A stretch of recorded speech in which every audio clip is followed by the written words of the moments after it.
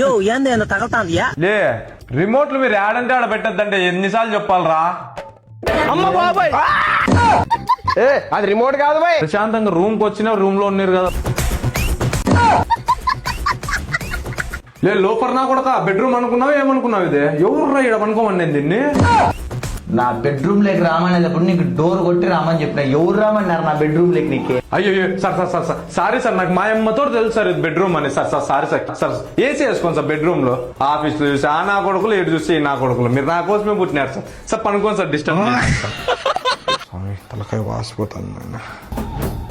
Bro నాకు కొంచెం అలసిపోయినాను, దీంట్లోకి కొంచెం ఉడికితేనే టీయాకేసే బ్రో. టీ అన్నది అయితే రిలాక్స్ అవుతా. బ్రో ఏ వేసినావు బ్రో? ఇంకా కలరే రాలేదు. ఎందుకు నువ్వు టీయాక చెప్పిండేది?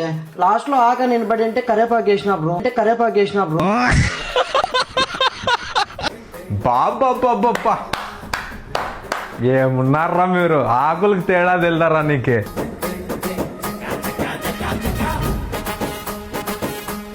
ఏ ఏదో అట్లా చూస్తున్నా దానికల్లా కాదరా, దీనికి తాడు తగిలేసుకొని బిగించుకుంటే ఉయ్యాలు ఊతానా చక్కగా ఉంటానా అని చూస్తానా. ఒకరు కాదు నలుగురు వచ్చి ఊపుతారు నీకు ఉయ్యాలు.